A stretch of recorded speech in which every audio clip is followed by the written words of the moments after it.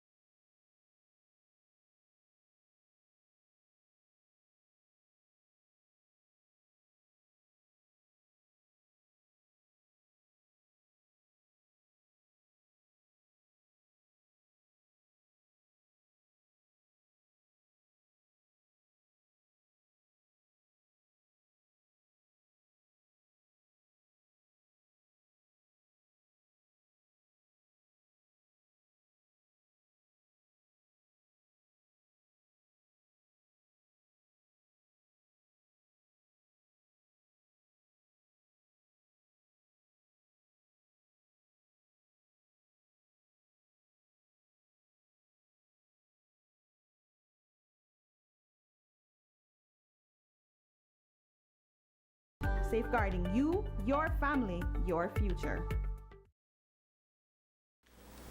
Welcome back with your news. I am MarKeisha Young.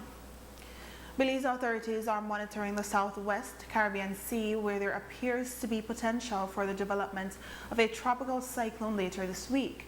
A release from the National Emergency Management Organization indicates that while current chances of formation remain low, with near 0% probability over the last 2 days and 30% within 7 days, the situation could still evolve. The release states, open quote, in a worst-case scenario, a tropical depression or storm could form by Thursday or Friday, moving over northern Nicaragua or Honduras, weakening before its remnants pass over Belize late Friday into Saturday, bringing moderate to heavy rainfall, end quote.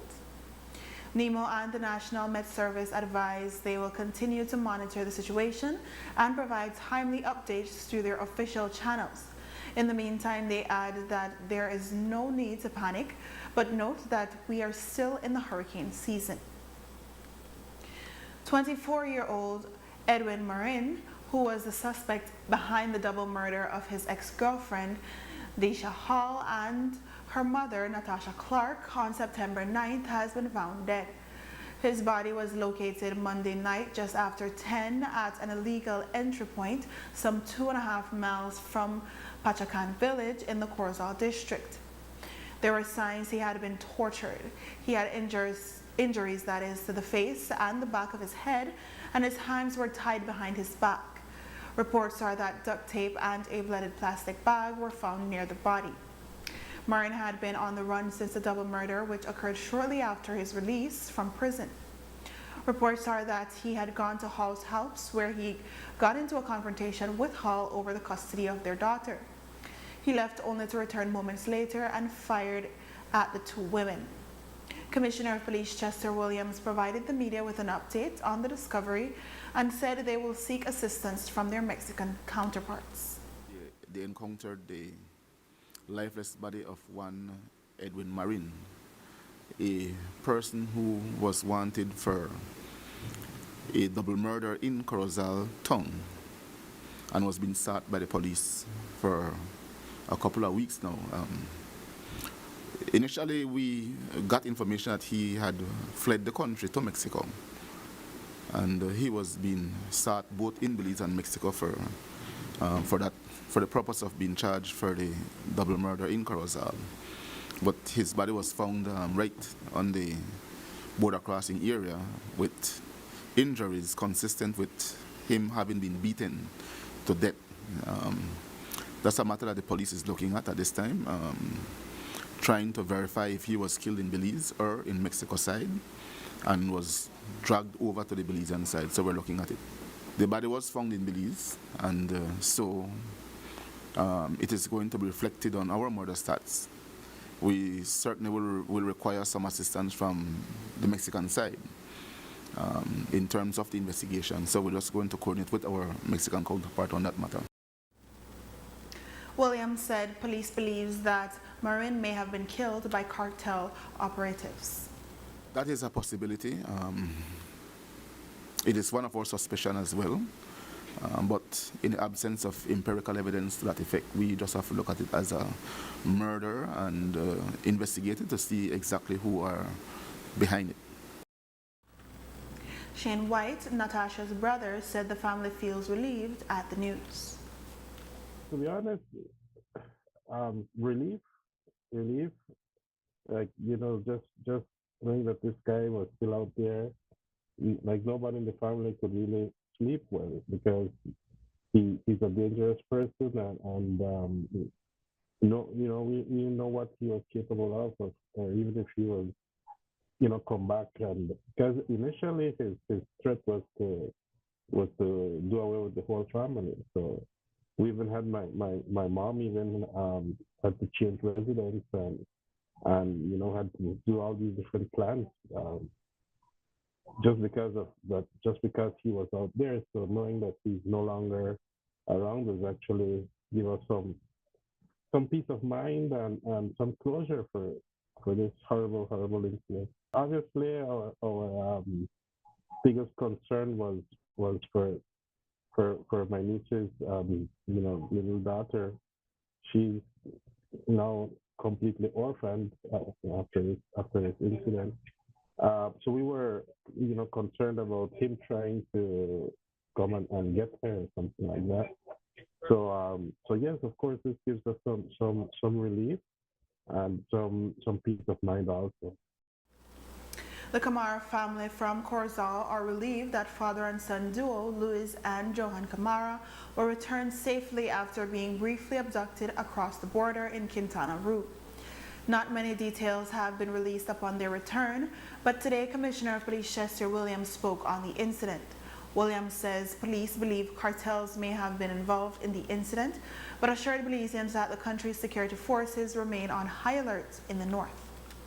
Yes, from what we have been made to understand, that kidnapping did have to do with the cartels in Chetumal, and we are happy that the outcome is what the family and the entire Belizean society had hoped for, that these two individuals were returned home alive. I can say with certainty that the family, the father and son who were kidnapped, from our records, they are not persons of questionable character. They seem to be outstanding people, and so that had puzzled us as well in terms of why would they have been kidnapped. But nonetheless, we're happy that they have been returned home alive and well to their families. And again, the Belizeans going over to the Mexican side is something that we have to look at and decide on our own if it is that we want to go or not. The cartel issues in the Chetumal area is certainly intensifying. We maintain our strong presence in the Corozal and Orange Rock districts, in particular along the irregular border crossing area. Our northern operations have been very, very effective in keeping the cartels and their operative at bay. It is not to say that our efforts cannot be infiltrated, but I can say to you and the Belizean people that it is going to take a lot for that to happen. On Friday, two prisoners, Santos Lopez and Angel Garcia, managed to escape while being transported back to the Belize Central Prison. When the pickup they were traveling in slowed down, the two men jumped out and ran off. Both were later recaptured shortly after. ACP Gilberto Romero told the media that the matter is being investigated. Police were escorting several prisoners from Belize City to the Kobe Foundation in a pickup truck. Upon the pickup slowing down at mile 8, two of the prisoners jumped out of the vehicle and ran off. One was immediately captured, and Angel Garcia ran away and escaped on the John Smith Road. Several police units were deployed to the area. They searched the entire area, and sometime around 11:30 p.m. Angel Garcia was captured in the John Smith Road. He was taken into custody and will be facing charges of escape. A fatal road traffic accident was reported on Saturday between miles 2 and 3 on the Thomas Vincent Ramos Highway. A 17-year-old Christian Guerra perished in the incident after the motorcycle he was driving was hit by a Dodge Ram, which was being driven by XTV Vasquez. There was a fatal road traffic accident between miles 2 and 3 on the Thomas Vincent Ramos Highway. Police visited the area where they saw a motorcycle with extensive damages. Also seen was a Dodge Ram pickup. The motorcycle was driven by Christian Guerra, and the Dodge Ram was being driven by XTV Vasquez. Christian Guerra was taken for treatment where he succumbed to his injuries. XTV Vasquez is presently in police custody awaiting charges reference this fatal road traffic accident. But they were traveling in opposite direction, and the pickup hit the motorcycle, causing Guerra to fall off and receive injuries. A second young man lost his life due to a fatal road traffic accident involving a motorcycle. On Sunday, Edgar Gongora was traveling on a motorcycle and attempted to overtake a vehicle along the San Antonio Road in the Orange Walk district. According to witnesses, Gongora failed to clear the vehicle and his cycle hit the front of the car. On Sunday, the 13th of October 2024, there was a fatal road traffic accident at San Antonio Road in Orange Walk. Police visited the area where they saw a motorcycle extensively damaged and a Mercury four-door car with damages. Information is that Edgar Gongora was riding his motorcycle when he attempted to overtake the Mercury car driven by Enrique Maldonado, and he hit the front portion of the car and caused him to lose control of the motorcycle, caused him to fall to the ground, and he received injuries. He was taken to the hospital for treatment where he succumbed to his injuries. An investigation is being carried out into this fatal road traffic accident. Clearly, from the evidence so far, he crashed into the car. It might be a situation much like what Mr. Williams described, no? That is correct, yeah. Traffic weaving in and Yeah, out. reckless, dangerous driving. Will the driver be charged in this case since he crashed? He has been served with the NIP. At the conclusion of the investigation, we'll determine if he will be charged. According to Gongora's father, he was an experienced motorcycle driver. He said Gongora was loved and will be missed, but the family has accepted that what happened was God's will. He said he would hope the driver of the vehicle would assist with expenses. In related news, the Ministry of Health and Wellness today released a set of statistics from data it collects in honor of Caribbean Statistics Day. Among them is information regarding road traffic accidents. According to the ministry, 89 RTAs were recorded in 2023, resulting in 103 fatalities. Of those, 37 were motorcycle drivers, 21 were pickup occupants, and 14 were bicycle riders. After the break, the minister says digital transition is contributing to salary delays. Stay with us. In the heart of Belize, where the dawn greets the docks, every ship and every wave tells our story. We are hardworking, committed to every load, every day. We are meticulous, planning each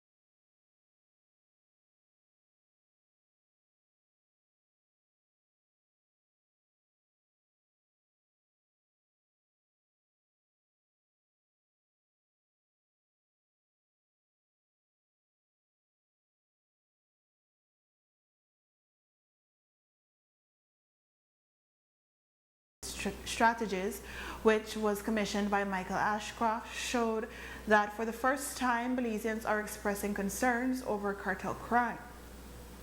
Today, Commissioner of Police Chester Williams said that it's a good thing that crime is a hot topic. Williams says he's hopeful that it could lead to greater cooperation between police and the general public. Young people tend to use these social media platforms a lot. And so young people now are in tune with what is taking place. And so there is a widespread awareness of things that is happening.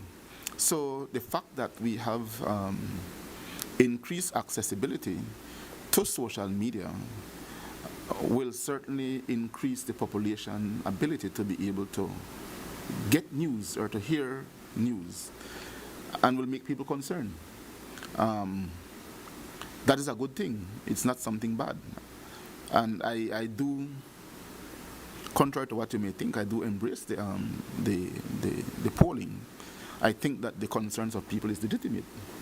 If a crime happens in a community, the whole community should be concerned.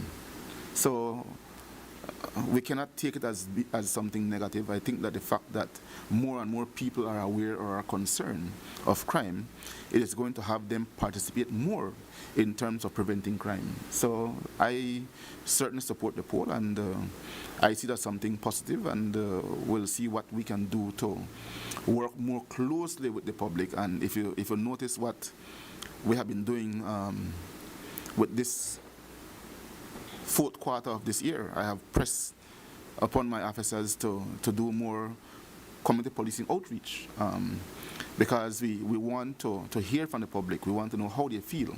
We want them to give us their suggestions, their ideas, and see what we can do to allay their fear of crime. While explaining the factors that contributed to the delay in the payment of teacher salaries for up to 5 months, Minister of Education Francis Fonseca shared that they are transitioning to the modernized system and that led to hiccups. The minister says they are moving away from manual records and are in the process of inputting all that data, which has brought with it its own challenges. Responding to the concern of Teachers Union President Nadia Martin Caliz that someone is seemingly trying to attack the union, Fonseca affirmed that no one in the ministry would want to see teachers not be paid their salaries. He said, though, that bureaucracy contributes to the difficulties, and it is something they have discussed with the Belize National Teachers Union. He added that there is responsibility on the part of everyone, including teachers, management, and the ministry, to ensure all documentation required is submitted. He says they must find ways to streamline the process, but is hopeful that once the digitization is complete, these issues will be behind them. Like the Minister of Agriculture, Prime Minister John Briceño concedes that prepackaged sugar produced by Belize Sugar Industries can be impetus for an increase in the price of sugar on the local market. The price of plantation white sugar has not increased in 9 years, and brown sugar for even longer. BSI has been making the case since last year for the government to increase the price of the price-controlled product. Mindful, though, of inflation that is significantly pinching the pockets of Belizeans, the PM says the price increase, whenever it is approved, is not expected to be significant.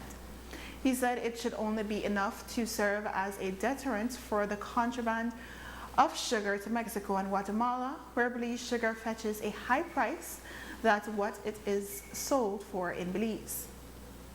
BSI has gone ahead and introduced prepackaged sugar by pounds, but that is only for the export market. The company hopes the government will buy in and increase the price of sugar in the local market to deter sugar smuggling. Last week, the Guardian newspaper reported that permission was granted for the survey in the Pasadena area, which is known as a major water catchment area in or near Orindwalk town. The Guardian stated that over the years, the area had been left untouched, as everyone understands that it is a watershed area and development could lead to the major flooding of Orange Walk Town. Since the news broke, Prime Minister John Brisenia stated that they will reverse this action and they will have to move towards government acquisition of the land, which is privately held, so it is preserved in its natural state. A man is recovering from chop wounds after he and another man engaged in a machete fight on Saturday in Orange Walk Town. The man, Luis Espino, was found consuming alcohol with a woman when her common-law husband, Emerson Wade, came home. An altercation quickly began between the two men. ACP Hilberto Romero gave an update to the media on the incident. Saturday, 12th day of October 2024, police visited the Northern Regional Hospital where they found Luis Espino with chop wounds. He reported that he was at a house in St. Helena Street in Orange Walk Town with a female. When they come along, the female arrived and they had an altercation. Both of them then got machetes and they attacked each other, and Luis Espino received the injuries. The person that came to the house, they come along. For the female is Emerson Wade.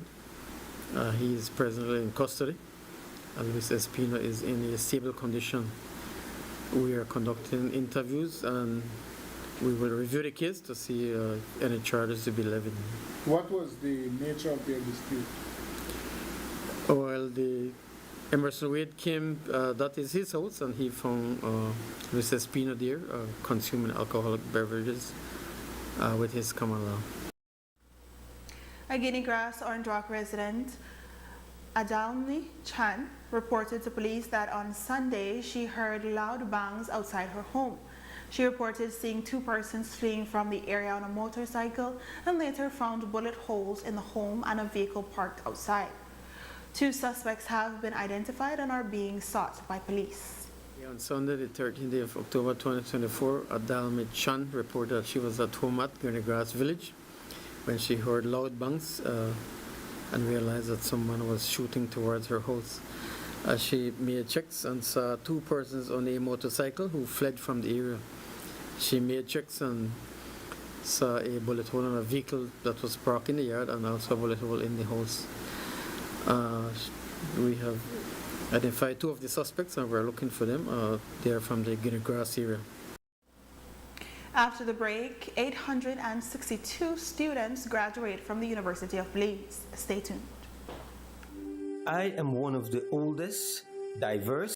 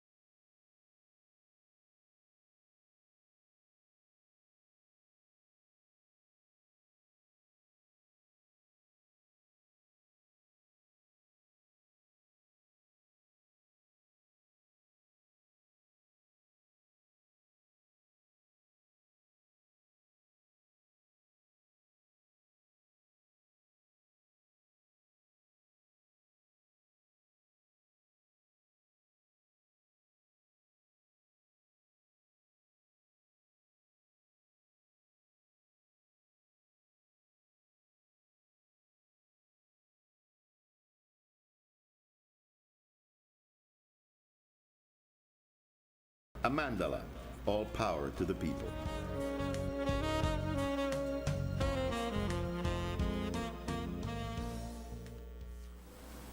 Following the murder of Floyd Hyde last week on Regis Street in Belize City, a family on the same street claimed that police had been harassing them for surveillance footage of the incident. They even claimed that police officers had broken into their home to retrieve the footage. Today, Commissioner of Police Chester Williams denied the allegations and explained what he said actually occurred. The police did not break into nobody's house, as you have alluded to. I saw them. I will explain to you. Our investigation team was in the area canvassing, looking for evidence. There was a house in the area that have surveillance camera.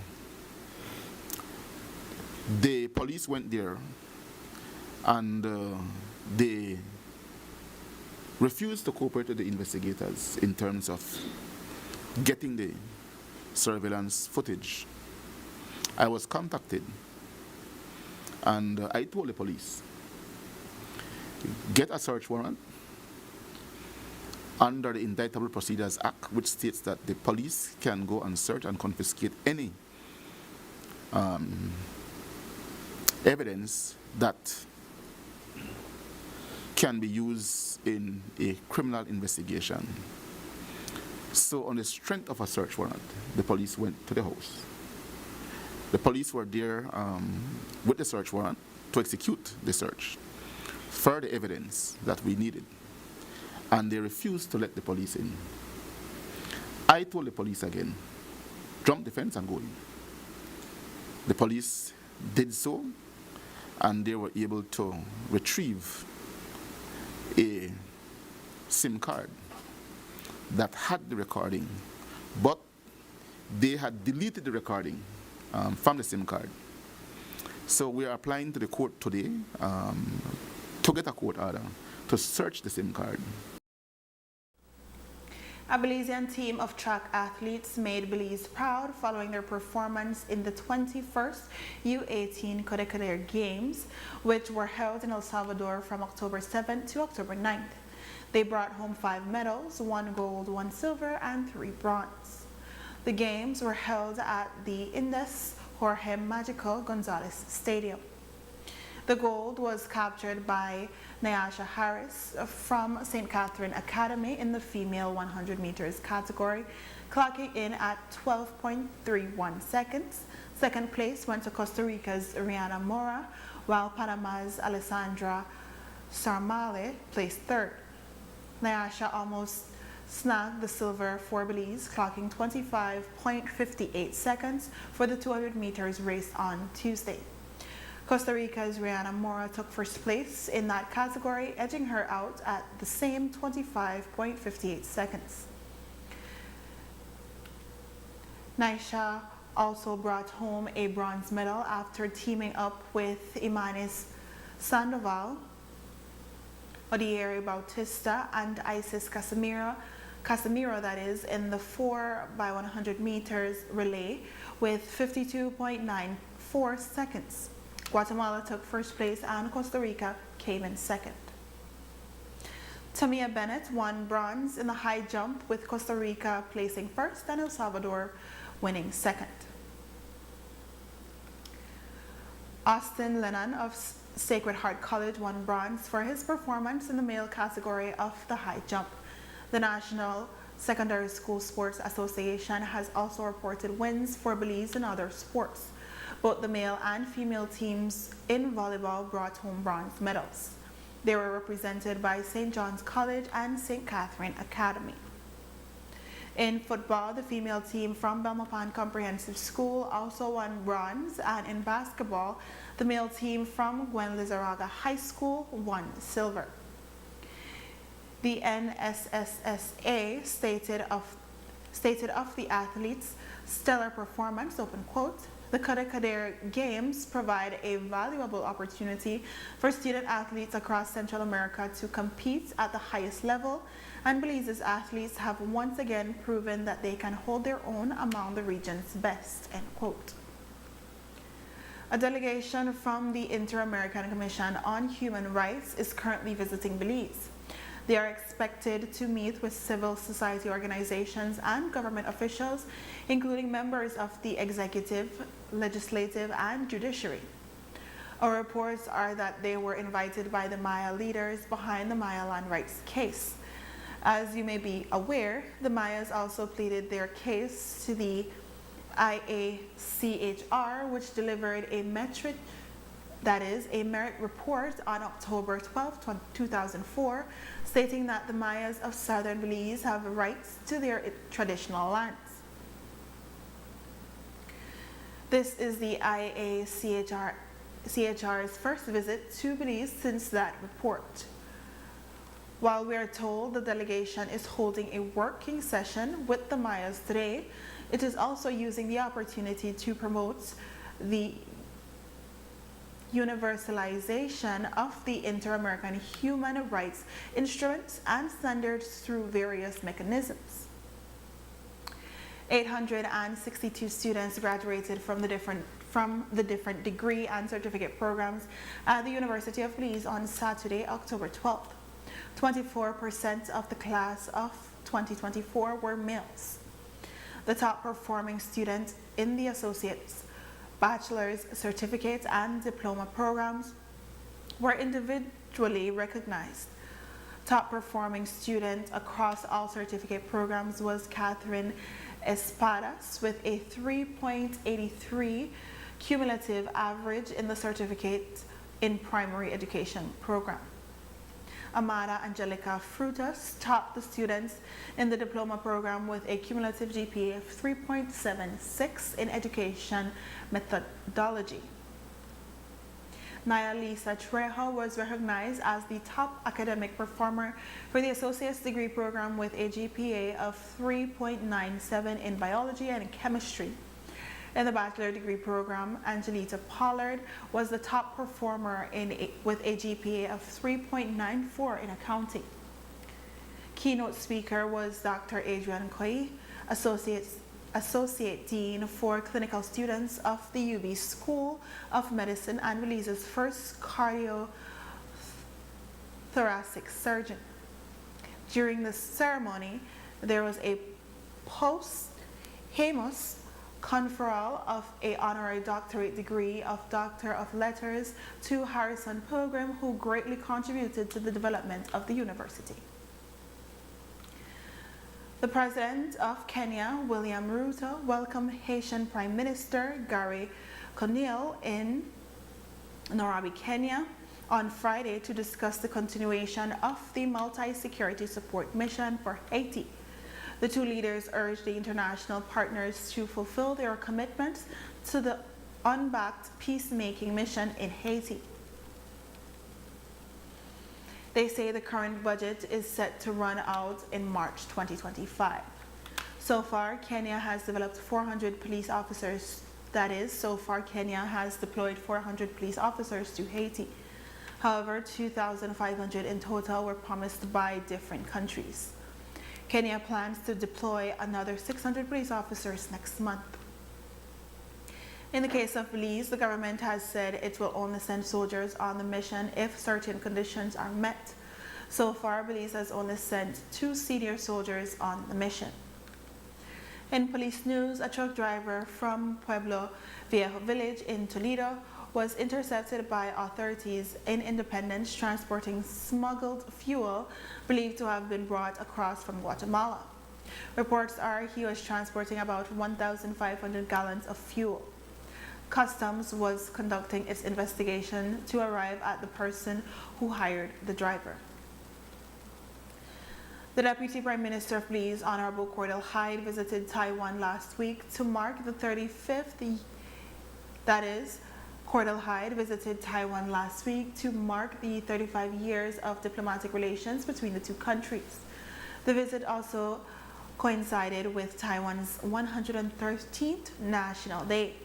Hyde noted that the long-standing relationship between the two countries is something to be praised and remarked that his visit was meant to express gratitude to Taiwan. He noted that the two countries have signed bilateral agreements in every area imaginable, including health, infrastructure, and tourism, which are beneficial to the Belizeans studying and seeking business opportunities in Taiwan as well. Hyde shared that Belize will continue to support Taiwan in an international forums and affirm that the friendship between the allies will grow deeper, saying, open quote, "Know that you have a true friend in Belize," end quote. And based on the advice of a revenue advisor board, Prime Minister John Briceño signed a subsidiary legislation to exempt newly established livestock producers in the business of selling to Mexico from paying business tax for 2 years. The statutory instrument was gazetted on September 20th. The purpose, according to the SI, is to alleviate hardship or financial difficulties in the newly established Mexico cattle export industry. The Prime Minister explains that due to the informal cattle trade into Guatemala, which they are still trying to formalize, it is more lucrative for cattle farmers to sell to Guatemala rather than Mexico. The PM says this change makes it a more level playing field for the Mexicans who are demanding more product than we can supply. He says it also eliminates the possibility that the Mexican trade could be squashed so that Guatemalan buyers could then go back to paying less for Belize's livestock. According to the PM, the Prime Minister has increased, according to the PM, the price has increased due to the competition that the fairly new Mexican trade has generated. And with that, we have come to the end of our newscast. A repeat can be viewed on this station later tonight at 9 and again tomorrow at midday. Join us again tomorrow for another news broadcast. I am MarKeisha Young. Have a safe and enjoyable evening.